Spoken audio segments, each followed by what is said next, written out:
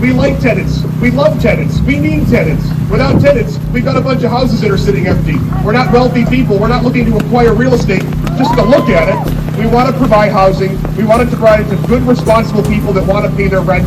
And in the event that they can't, they should qualify for aid. And if they don't qualify for aid, it's because they were never impacted financially to begin with. And the Tenant Protection Act created the situation that we're faced today, where a lot of people are choosing not to pay rent that otherwise should be.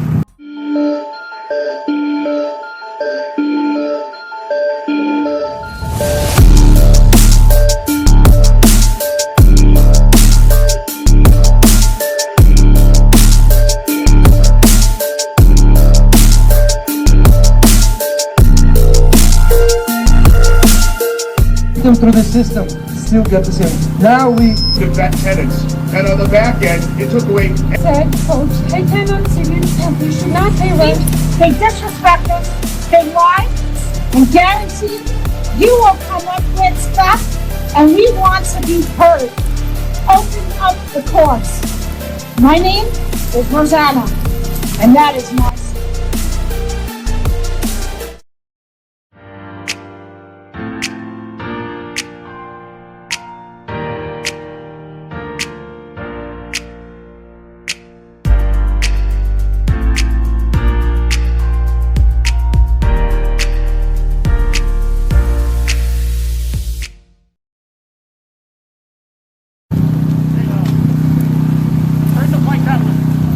That's Rich Tyson that was on the live stream last week.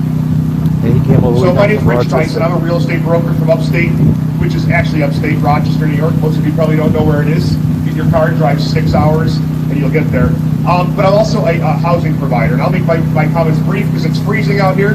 If you want to hear some more context and some of my thoughts on it, Nick Sakalis did a fantastic video the other day. The two of us had a great conversation. It's about an hour and a half long and shared a lot. But, you know, I think the thing that gets lost is that us housing providers, we got into this to provide housing. We don't want to evict people. We actually like tenants. We like tenants to stay for a long time, as long as they treat the property with respect and they pay the rent on time. The eviction process is the last thing we want to go through. I pride myself on acquiring properties and having long-term tenants that have been in there 2 to 3 owners previous to me, and I'm able to continue to keep them in that housing unit. I also got into providing housing for those that can least afford it. So, you know, in Rochester, we've got an enormous concentration of poverty, and that's the, you know, what kind of encompasses that. So I got into providing rooming houses for people that were coming out of incarceration, coming out of rehab, coming out of homeless shelters. And what happened is, shortly after I started acquiring those types of properties and providing those opportunities for those folks that had the least amount of access to opportunity, the Tenant Protection Act came in. And the Tenant Protection Act removed all of our rights and all of the due diligence that we could thoroughly do to vet tenants. And on the back end, it took away any meaningful recourse that we had to anyone outside of people that care about not having a judgment. So while a judgment's great, if a person is on the type of income that's not garnishable, Social Security, disability, some other form of subsidy, those are non-garnishable wages. So the judgment is worth nothing. And what we've seen is that Tenant Protection Act and all of the provisions that entail it has created the circumstances to where something like a moratorium on evictions can be abused. And that's what we're seeing. And unfortunately, all of the aid that has been proposed or provided requires the tenant to basically qualify for it. So if they are on SSI and SSDI, they don't qualify for the aid. So many of us are going without rent. At the end of it, someday, maybe we'll be able to get an eviction, but that eviction is going to result in a possible judgment that's not going to be collected on.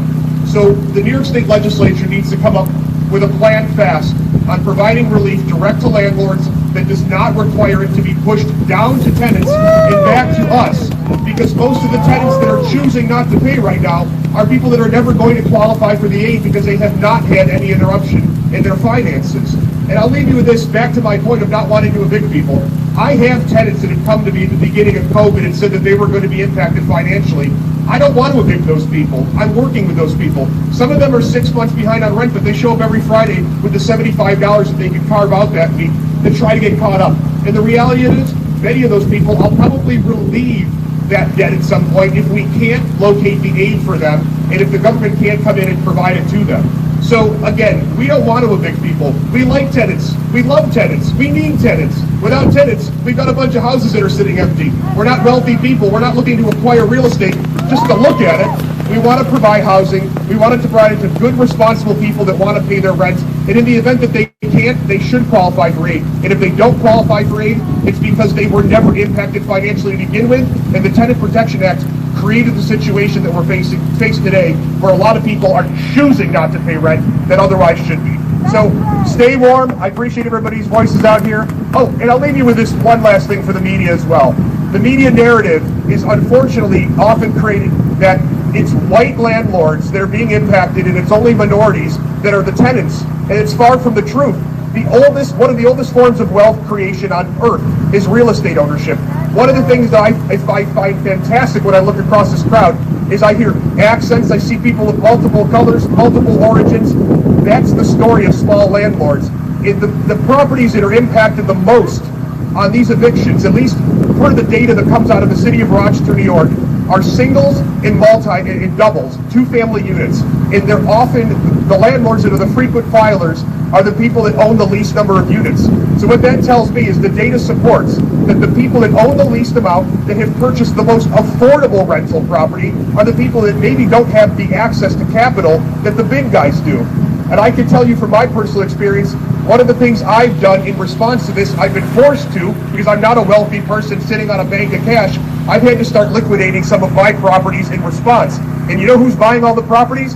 Big corporations with a ton of money behind them because they can afford the losses. The small landlords, often minorities, often immigrants, are the people that can least afford this, and they're the ones that are being brutalized the hardest in all this. The New York State Legislature needs to wake up, and I hope that the media starts to tell the rest of the story and not just focus on the big bad white landlord, because that's not the only people being impacted. Quite the contrary, they're benefiting from this at the expense of the minority and the immigrant landlords.